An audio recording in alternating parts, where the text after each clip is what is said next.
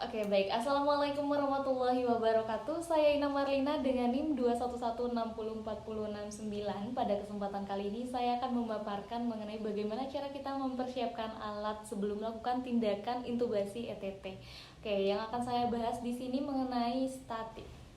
Oke, kita langsung mulai dari S yang pertama yang akan kita bahas mengenai static study. S yang pertama itu maksudnya adalah scope, yang mana nanti akhirannya pasti ada scope-scope-nya.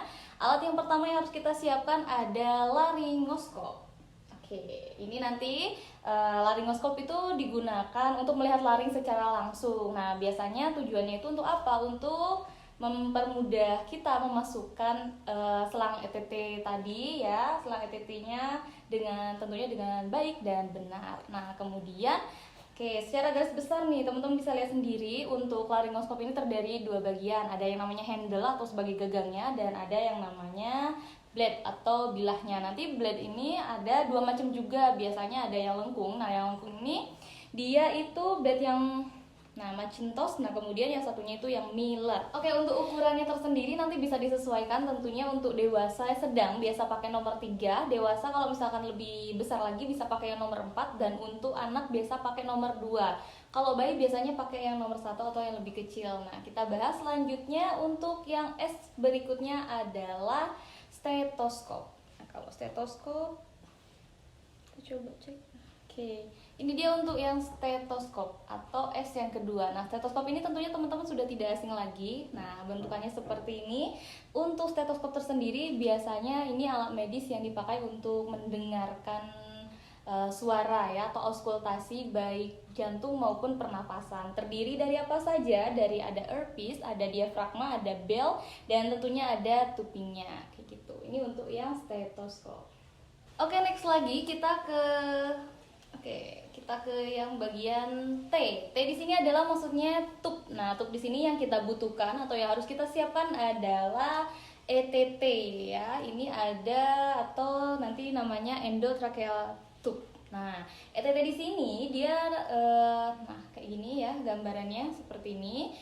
Bahannya ini aman ya teman-teman, ini bahannya itu dari silikon PVC atau nanti polyvinyl klorid. Nah, itu dia udah standar aman ya. Terus kemudian nanti sudah dilengkapi dengan konektor ya, tuh konektor yang standar ukurannya 15 mm. Nah, untuk si tube ini nanti ada dua jenis teman-teman, ada yang jenisnya kinking dan ada yang non kinking. Nanti pastikan ketika mempersiapkan itu tidak ada kebocoran. Itu untuk tube. Next, selanjutnya adalah A. A di sini maksudnya adalah airway device, di mana fungsinya itu sebagai sarana aliran udara klien. Nah, kemudian apa aja yang harus kita siapkan? Itu yang pertama nanti ada ini yang harus disiapkan di bagian A itu ada MAYO atau OPA ya, oropharyngeal airway. Nah, OPA di sini nanti ukurannya bisa disesuaikan dengan klien. Cara ngukurnya nanti di bagian mandibula ke mulut ya. Gitu. Terus ada NPA juga kalau misalkan dia lewat nasofaring airway. Kemudian nanti ada yang namanya LMA. Nah, untuk LMA itu yang seperti ini. Nah, LMA ini yang tengah. Nah, ini LMA. LMA itu nanti laryngeal max airway ya. Nah, yang paling penting itu ada ambubek. Nah, di airway itu ada ambubek. Nah, ini untuk Oke, kemudian yang selanjutnya ada T. T di sini maksudnya adalah tape, yang mana kita harus mempersiapkan plester.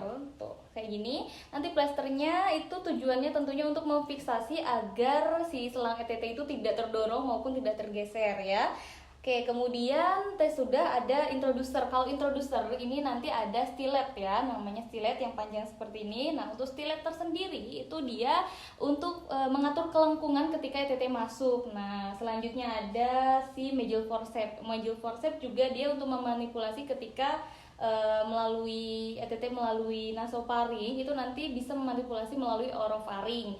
Oke, yang berikutnya stilet introducer sudah ada konektor. Nah, untuk konektor sendiri nih ada yang kecil. Nah, ini konektor itu sebagai penghubung ya, penghubung mesin dengan klien. Oke, ini untuk S yang terakhir adalah suction. Nah, tentunya nanti yang harus kita siapkan adalah catheter suction. Nah, ini seperti yang ada di gambar, dan ada speed juga. Untuk suction ini nanti fungsinya atau kita bisa bilang suctioning juga.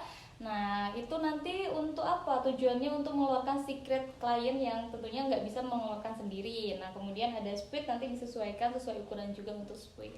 Gitu, itu untuk S. Nah, tentunya nanti harus disiapkan juga suction, untuk kateter suction ada selang suction, kemudian mesin suctionnya. Oke, itu tadi untuk yang S. Nah, itu tadi merupakan alat-alat yang kita butuhkan atau yang harus kita siapkan sebelum melakukan prosedur tindakan intubasi ETT. Oke, harapannya dengan adanya video ini bisa mempermudah kita untuk mempersiapkan alat-alat tersebut. Oke, itu saja yang dapat saya sampaikan. Wassalamualaikum warahmatullahi wabarakatuh.